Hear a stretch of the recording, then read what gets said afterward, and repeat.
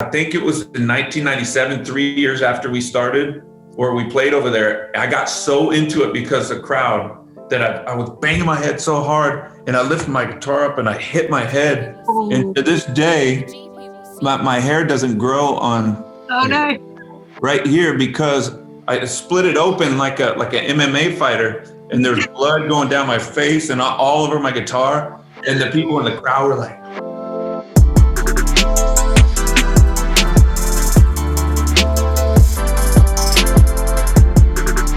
Hi, I'm Jen Thomas, and for the latest episode of Enemies in Conversation series, today I'm joined by Brian from Love and Death, also known as Head. So thank you very much for joining us today. So you've got your new record coming out. It has been a very long time since you've released something with this band. How are you feeling ahead of the release? really tired, actually, and worn out, because it's like we're working so hard on so many different things, and it goes, you put a lot of yourself into a project, whether it does very well or a lot of people hear it or not so much, it's really a lot of your blood, sweat, and tears. So I'm looking forward to it being released, and hope all the hard work pays off that we're doing. As you say, you put a lot of yourself into it. There's a lot of personal themes on the record. I know that you said that they're honest songs. You've teamed up with other people.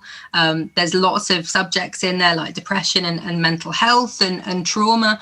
When it is so personal, is it scary to release things like this? How does that feel? No, I've been doing it ever since that I was in this dark hole of suicidal ideation, massive depression, and I felt like I was an empty shell walking around, just ready to end it all.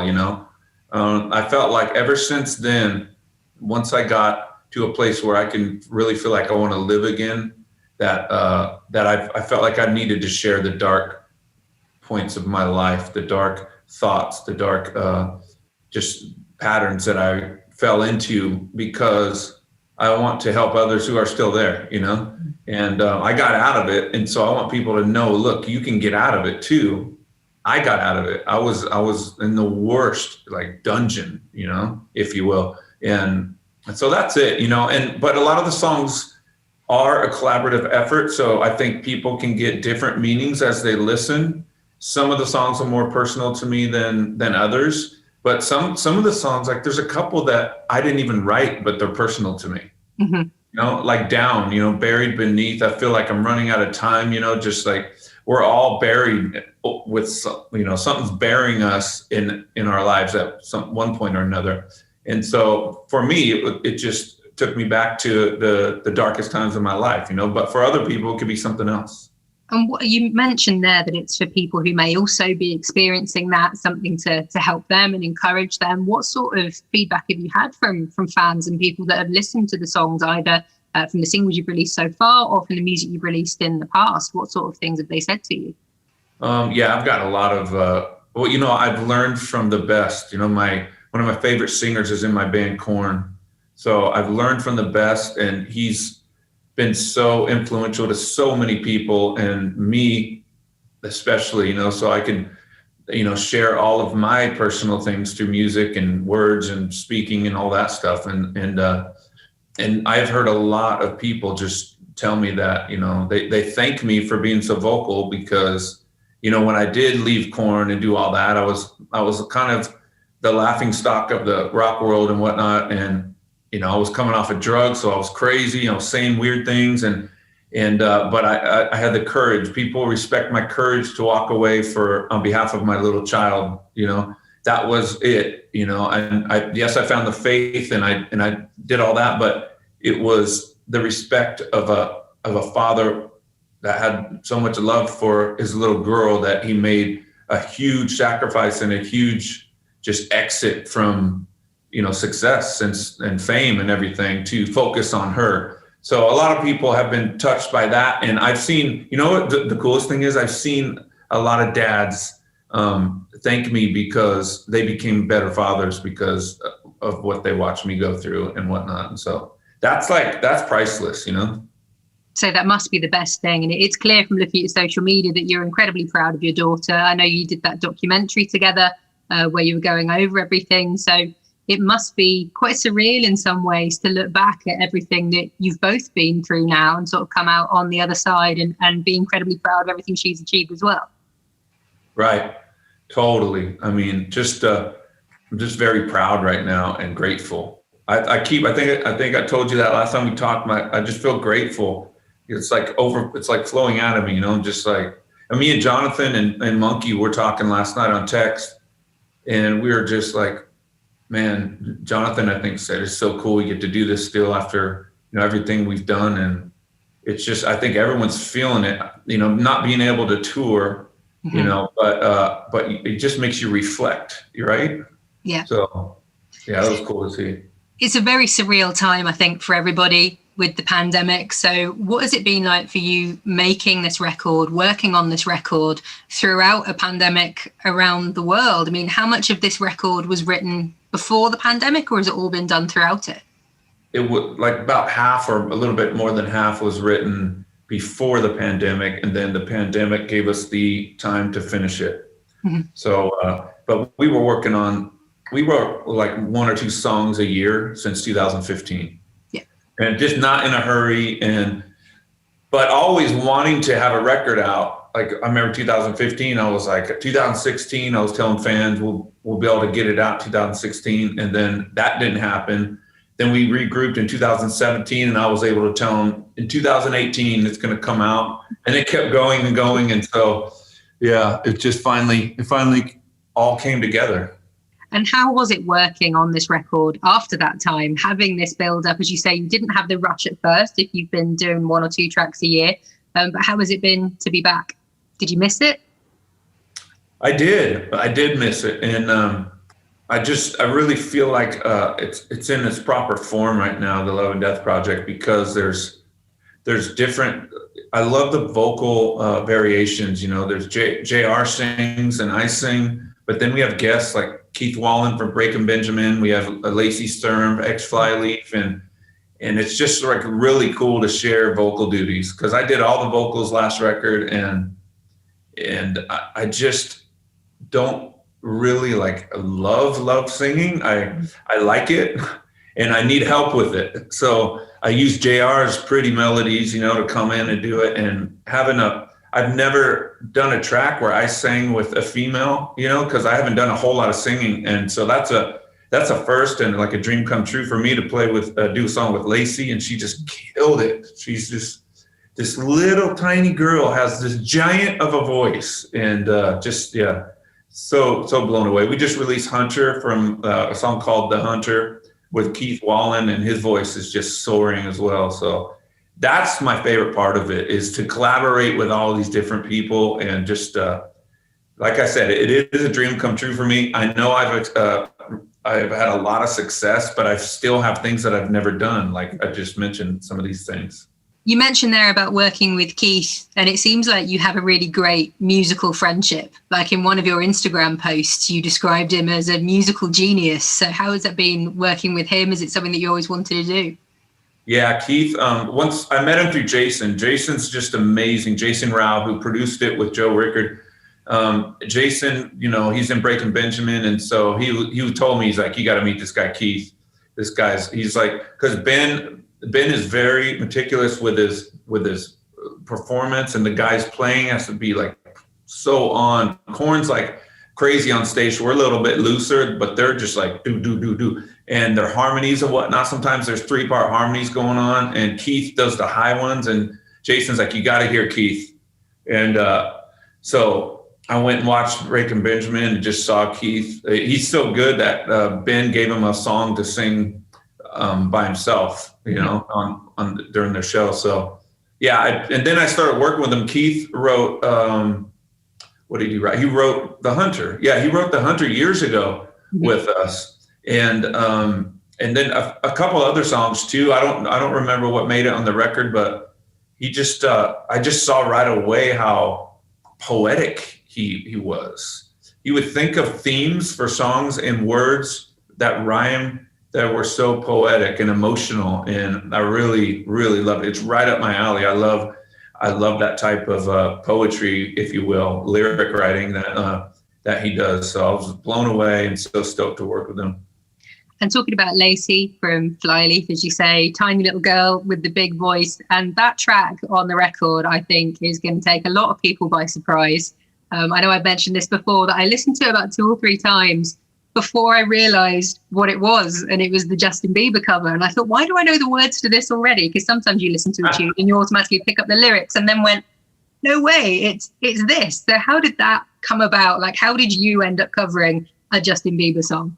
Well, you're probably listening going, man, they can write a hook. I feel like I already know the song. It's so hooky. But yeah, DJ Snake put out the song and featuring Justin Bieber years ago, and I just loved it, man. I really loved it. I remember driving with my friend downtown Los Angeles, sunny day. We were listening to everything from like just heavy Cannibal Corpse to The Weeknd to DJ Snake and Justin Bieber to some other heavy music. It was a mixture of, and we heard that song. I heard it for like the first time, I think, and I was like, that is a killer song.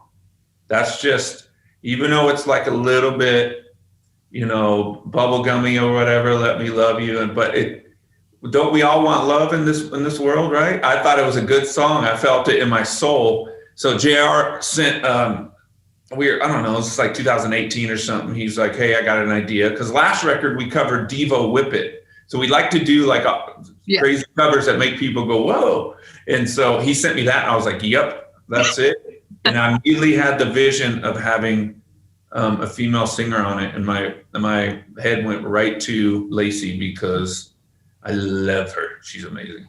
And with like TikTok at the moment, some of these songs are having a resurgence. So Flyleaf, some of their songs, like I'm So Sick, keeps going viral. Got Paramore, all these old tracks going viral. Do you think there's a bit of a resurgence of new metal and like some of the tunes that were around like 10, 15, 20 years ago? Have you seen that coming back? Are you surprised that it's still like people are listening to it and getting into it and a whole new generation are finding it? It's really crazy, right? I mean, you just never know what's going to happen or pop up and go viral, So we got, Korn's got like a big catalog out there, years and years of records. So, we'll see what that, if something pops with that, and what's going to happen is going to happen. So I'm good with it either way. We've had an amazing life, an amazing career. So I can't like complain. All I can be is just grateful for everything. And, but that'd be cool if the DJ Snake Bieber song that we did goes on TikTok or something. Who knows? We'll see. But I would love the old Korn stuff to pop and like have a new generation. Because at the shows, we played with thousands of people in the audience, and we see like different ages. We see, 50 something year olds all the way down to, 12-year-olds or less in the audience. And so, we'll see. It's just a crazy time, That's a good thing about the streaming services and whatnot, because all these kids are getting into music from different decades.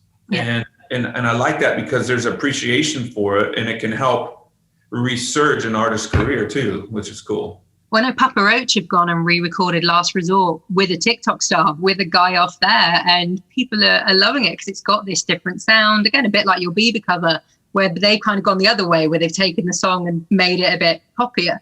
And it is really interesting how it can have this longevity and it's still got legs all this time later. I mean, I remember loving it when I was 15, 16. And I think it's exciting that kids are getting to hear it for the first time and thinking, I love this. And then discovering there's this whole back catalogue of bands like Korn and Papa Roach and everything else. And it still sounds fresh in a lot of ways, doesn't it? Yeah, it's cool. I saw that video Papa Roach did. I didn't know he was a TikTok star. I just thought he was some up and coming. That guy has a really good tone to his voice, and like the guy singing with Papa Roach, he's just, I forget his name, but really. He did a cover of it and they heard it, and that's how it came about. He posted a cover of it on TikTok, I think that's how it right. And so he's a star on TikTok. Yeah. Right on. I could tell why. He's got a great voice.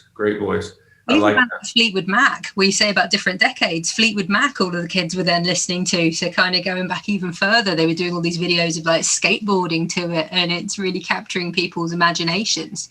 So with It's them, cool. It's amazing what music could do, right? To the soul or whatever. and with doing your work with Love and Death, so when you've been songwriting and you've been doing that, does it then help you when you go back and write for Korn? Are you finding that it's giving you fresh ideas for that and making you feel excited again with Korn? Oh my gosh, yep. I feel like it's like working out. Mhm. Like the more you do it, the better you get. It's like anything you do, the more practice you get. No matter if we've been in this business 26 years, it doesn't matter. It's you're always learning, you're always growing, you're always evolving. And so working with other musicians like on Love and Death, collaborating with them is only making me a better musician and helping me because I'm learning off these guys.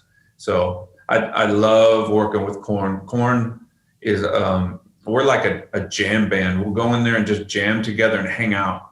And Love and Death is more of like digital. We'll do stuff over internet and stuff like that. And sometimes we'll get together. We did record together and do all that, but the writing technique is different with Korn, and I like it because it's just so it's not the same. It's not all mundane doing the same thing over and over. It's different. So, but but I feel like I'm learning a lot from Monkey lately. Monkey, just the last couple of records has been really just coming up with some cool things. And I'm like, at first I'm hearing him play something and I'm like, how's that going to work? And then it ends up being like the best song on the record, It's just, he hears things I don't, and it's amazing.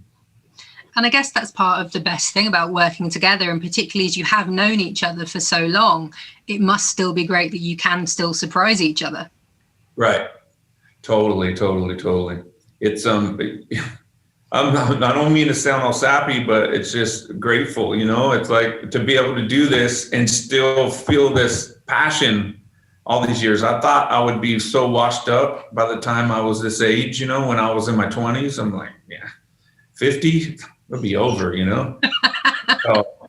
So it's just really cool to be able to be in the spot, man. And we'll see what happens. We're just going to keep going for it. This is the 20th anniversary next year of Untouchables. I mean, do you ever, as you say, you look back and you thought, God, 50 is ages away. Is it surreal for you to think that it is still going? I mean, have you got any plans to celebrate it or anything to come up with the anniversary? I totally forgot that it was 20 years coming up. Wow. Okay, so it's this year, isn't it? Is it next year? No, it's this year, 21. It came out 2001. Yeah, I keep forgetting what year it is. So it will be 20 this year. Yeah. Wow. I'm going to text the managers after we hang out. We have to celebrate. We're doing something. Yeah. Just know if we do something, it's because you said something, because I haven't heard anybody mention a celebration of any kind. You're welcome. Hooray, I have my uses. Woo! You've been hinting at doing some exciting things with Korn. Is there anything that you're able to tell us, or is it all under lock and key at the moment? No, I can't do it because our managers said that that's all I can say. So, you know what? The thing is, it's like not all, there's not paperwork signed and whatnot. And so I can't go there. You'll get your wrist slapped. You don't want to get told off. It's going well. We don't want to get you in trouble. You can go back to them. Yeah. There's a member in the band that got in trouble for some things in the past, and it's not pretty. So I don't want to. Like, no, I'm going to stay good. Keep my nose clean. Like, you can go back and tell them that it's the 20th anniversary. You can get the brownie points for that. You can take the credit. It'll be fine. All right, it'll be our secret that it's your idea. And then with the record, you've got the live stream coming up. Obviously, I'm sure you would love to do live shows for Love and Death, but at the moment with the pandemic, that can't happen. So doing live streaming instead. How are you feeling about that, about not getting to be in a room with a crowd, but obviously doing what you can? We are going to have fun with it. It's not the best option, but we're just going to rock. You know what? We hit up some guys from Breaking Benjamin, some of the crew. They live closer than the Korn guys and then the Korn crew. And so they're going to come out and help us. And it's just, we're going to have, everyone's so excited to do something. the crew that's coming to help us, they're like, I'm so stoked. I haven't done this in so long. And the guys that are in Love and Death are like, we get to play. Wow. And so even though there's not a crowd, we're just really excited to play, and we're just going to make the best out of it. That's it. And yeah, I want to set up to where we're facing each other. So it's not like we're trying to perform to a camera, you know? So we're just going to actually just love music and play together and rock out together. And I think the audience is going to feel our excitement, you know? That's the thing. It's a bit like when you're making music videos, isn't it? And that can be really awkward when you're having to repeat the song over and over. And I guess you don't want it to feel like that. You want it to feel like a show, like the one thing, not repeating it and trying not to feel awkward. Right. So that's where it's not going to feel awkward, because we don't have to lip sync and we don't have to do it over and over. So yeah, it's not going to be like a music video at all. I don't think. I think it's going to be just like it's going to be like a rehearsal, you know, but we're just really feeling the rehearsal. Because sometimes in rehearsal with bands, people just sit there and, you know, even like bands like Slayer or like Rage Against the Machine or something, they'll probably just sit there and jam it, you know, but live they'll go crazy. But sometimes during rehearsal, because you want to get warmed up, you start going crazy like it's a real live show. That's what we're going to do with this. Yeah. 100%. And are you hoping to be able to tour this record at any point? Obviously it depends on what happens with the pandemic, but would you like to if you could? That would be really cool. And we hope to do something. So we'll see what happens, and we'll see what kind of you know, a rollout's going to be with the touring cycle for all these different bands are wanting to get in there, you know, and go for it. So we'll see. If it's meant to be, it'll happen. Now with the festivals this year, I know obviously Download Festival is a big one in the calendar here in the UK. At the moment, we're still crossing fingers that is going to go ahead, that Download will still take place. Have you got any particular favourite memories of playing at Download or any of the festivals here in the UK? I mean, what was it called before Download? Monsters of Rock. Yeah, I just remember like the first couple of times at Monsters of Rock and just not knowing what to expect when we went overseas, you know? Because it's just, when you live in a certain country and you go to another country, you don't know what to expect. It's like a different whole world, you know, when you're young especially.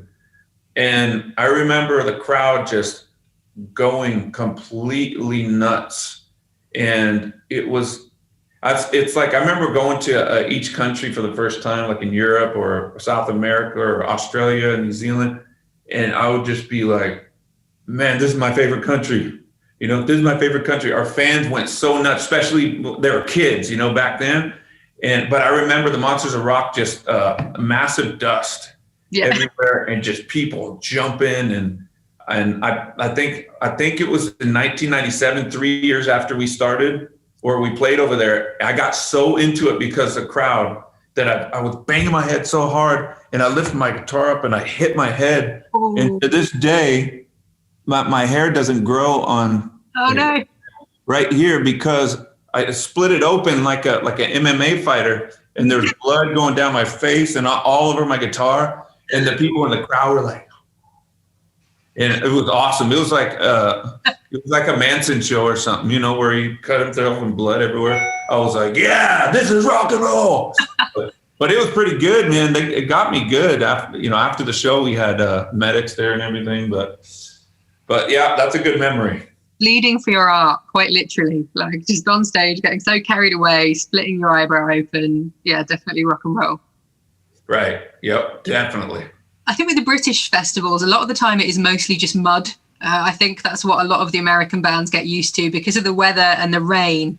And I think some bands find it quite surreal that the UK fans will just keep going. We'll just keep going in the mud, end up covered in it, running around. And so they say compared to like Warped Tour or places like that where it's a desert and it's so dry. And then you come to England and everyone is just covered in mud and still happy and still going. So it's definitely a different vibe, I think, from the American festivals. And that tells you that it's a release for people, you know, for the fans. They get out there and they just get it all out and have a great time, you know. And I mean, it's mostly guys out there, right? Just getting all muddy and whatnot. And But I love I love it when I see the girls out there just going for it too.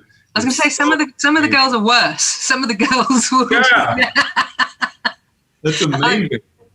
I've definitely had some friends I've had to pick up out of the mud and like try and get them back to the tent in one piece. It's very glamorous. Were you a mud child too, or no? No. I was too goth for that. I did not want to get all covered in mud when you're in like your best outfit or whatever. Right. Yep. So with the festivals and things, obviously fingers crossed they're going to take place this year. I know people would be very excited to see you. And I know it is all just so uncertain at the moment, obviously releasing the record, figuring out if you can tour, figuring out if we can do this, but everybody's in the same boat, aren't they, in terms of other acts and everyone as well. As you say, they're all going to be trying to tour, all trying to book things. Yeah. So we just got to wait and see, man. It's going to be crazy. And I just hope that it opens up, it starts to open up. And, if not, there's going to be some disappointed bands and fans, and we're just going to have to do this Zoom thing more and more. So whatever's meant to be, but I just kind of play it like that. Whatever's meant to be and is going to happen is going to happen. I don't worry myself over it, and I just hope for the best. And you mentioned there when you were talking about performing on stage and you cut yourself, you mentioned about Marilyn Manson. Now, obviously, he has been all over the press recently with the allegations that have been coming out from Evan Rachel Wood and his exes and things. Obviously, Korn and Manson have worked together in the past. You've spoken quite openly about your experiences in the past with abuse and some toxic relationships. How do you feel about this news around Manson and everything that's being said at the moment? It's kind of crazy because I'm learning about it and looking at it as it happens. And I want to be careful what I say because I don't know really what really went on. All I know is when I saw something where she talked about it to Congress or something like that in America, she had real pain when she talked about it. I mean, that is some real trauma that she had. And so, I heard Wes Borland the other day talk about it. I didn't know. I know we've known Manson throughout the years. When we see each other, it's always, joking around and whatnot. And we just saw him, probably last year in 2019 at a show in LA, and Jonathan and him are friends and whatnot. And so I haven't never been close to him at all.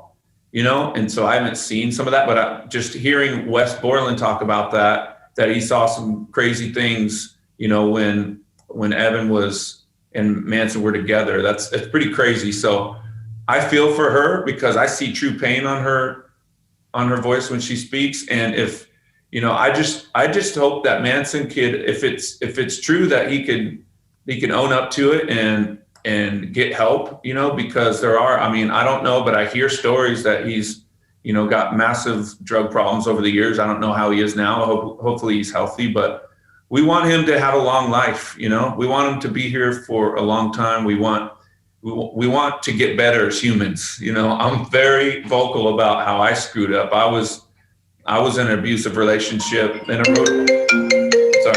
I wrote all about it in my book.